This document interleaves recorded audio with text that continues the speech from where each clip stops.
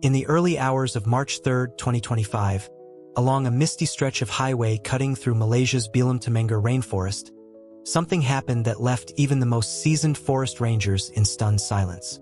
It wasn't a landslide or a mechanical failure. It was something far more heartbreaking. A 10-ton cargo truck came to a sudden halt, its front end crushed and dented. But it wasn't the vehicle that caught attention. Standing motionless beside it was a wild elephant, her massive body pressed against the metal frame, refusing to move. She wasn't lost. She wasn't confused. She was a mother, and somewhere beneath the wreckage lay the reason for her pain. What drives a wild animal to return again and again to a place of loss? And what does it reveal about us? Hit like, subscribe, and let's go. She was known to the local rangers simply as the matriarch, a gentle but watchful elephant who had been seen many times guiding her small herd across the forest trails near the highway. Each morning, as the mist rolled over the canopy, she'd emerge from the dense green with her calf close beside her, curious, playful, always staying within Trunk's reach of his mother. To the locals, it was a quiet reassurance that wildlife still thrived, even as roads carved deeper into their home. For the mother, each day was simple: lead, protect, teach. And for the baby, every scent and sound was an adventure. They moved together like breath and heartbeat. But nature's rhythm has grown fragile here. Roads now split migration paths. Trucks rumble by, and not every journey across the asphalt ends safely. No one could have known that this calm, ordinary morning would be the one to change everything. That morning, the forest felt different. The air was thicker than usual, heavy with fog that clung to the ground like smoke. Sounds were muffled. Even the birds seemed quieter. The mother elephant hesitated at the forest's edge, her calf fidgeting at her side.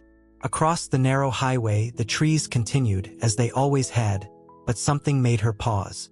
Maybe it was the distant vibration in the earth. Maybe it was instinct. She listened. The low hum of an approaching vehicle grew louder, breaking the calm. Normally, they'd wait, let the machine pass, then cross together like they had done so many times before. But the calf was restless that day. Just a few steps ahead, just a little too early. He moved before she could signal him back.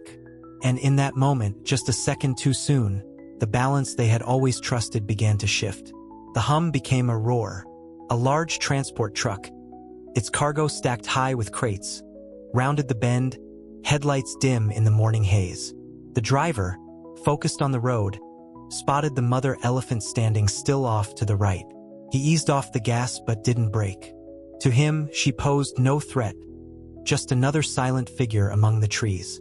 But from the opposite side, the calf suddenly broke through the underbrush. Small, quick, unaware of danger. He stepped onto the asphalt just as the truck came too close. The mother saw it happen. She let out a low rumble, a sound of warning, but it was too late. There was a thud, metal bent. The truck jolted to a stop, its engine sputtering into silence. For a brief moment, everything went still again. No movement, no sound, just fog, steel, and a mother frozen in place, staring into the wreckage ahead. She moved slowly at first, one heavy step, then another toward the front of the truck. Steam hissed from the twisted grill, but she paid it no mind. Her focus was fixed on what lay beneath. Part of the calf's body was visible, motionless. One small leg bent unnaturally beneath the bumper. She reached out with her trunk, gently, as if to wake him. People began to gather. The truck driver, pale and shaken. A local ranger who happened to be nearby. He recognized her instantly. He'd watched this pair for months. Seen the bond between them, stronger than words could describe. Now he watched as the mother nudged the truck. Once, then again. Not with rage, but with desperation. This wasn't confusion. It was grief. The ranger whispered to no one in particular. She's trying to move it. She thinks she can save him. And with that, the scene shifted from accident to something far deeper. The ranger's voice trembled as he explained to the growing crowd that this wasn't the first time such tragedy had struck here. Over the past year, several elephants had been injured or killed along this very stretch of highway. The road, vital for commerce, cut straight through the elephant's migratory path, leaving the animals vulnerable to speeding vehicles, especially in low visibility. The mother's desperate attempts to move the truck weren't just grief. They were a heartbreaking symbol of a larger problem. The ranger confessed that efforts to install warning signs and slow zones had been slow, met with resistance from some local businesses reliant on fast transport. Watching the mother circle the wreckage, refusing to leave, the ranger felt a deep sense of helplessness and frustration.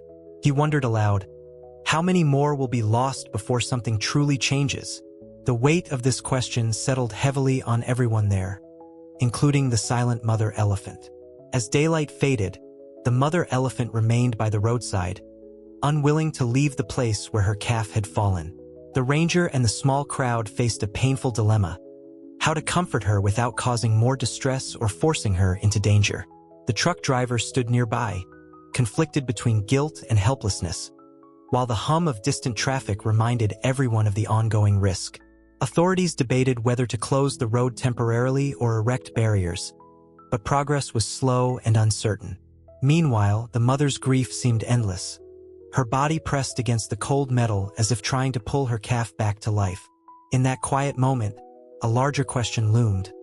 How do we balance the needs of people with the lives of the wild creatures caught in between? And more urgently, what will become of this grieving mother, left alone to face a world forever changed? What would you do if you were there? Hours passed, and the mother elephant showed no sign of leaving.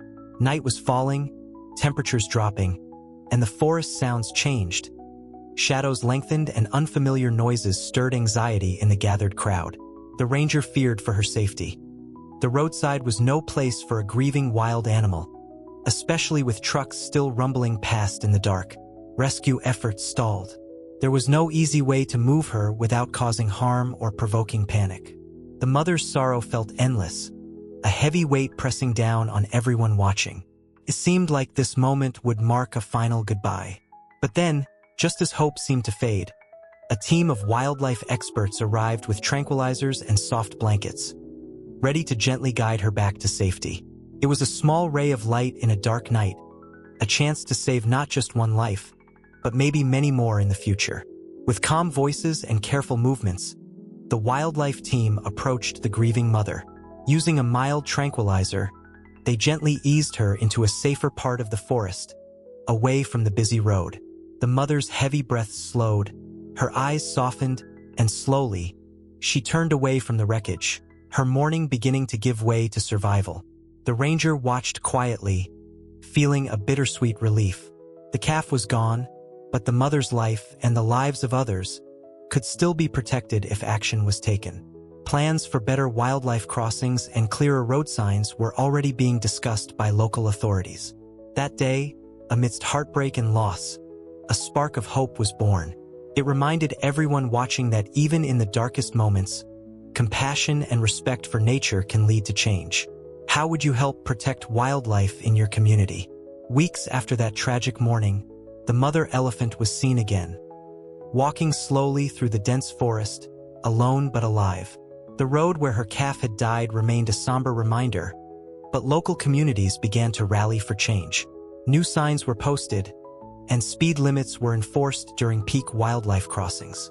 Rangers and volunteers worked tirelessly to educate drivers and protect the fragile balance between human progress and nature's survival.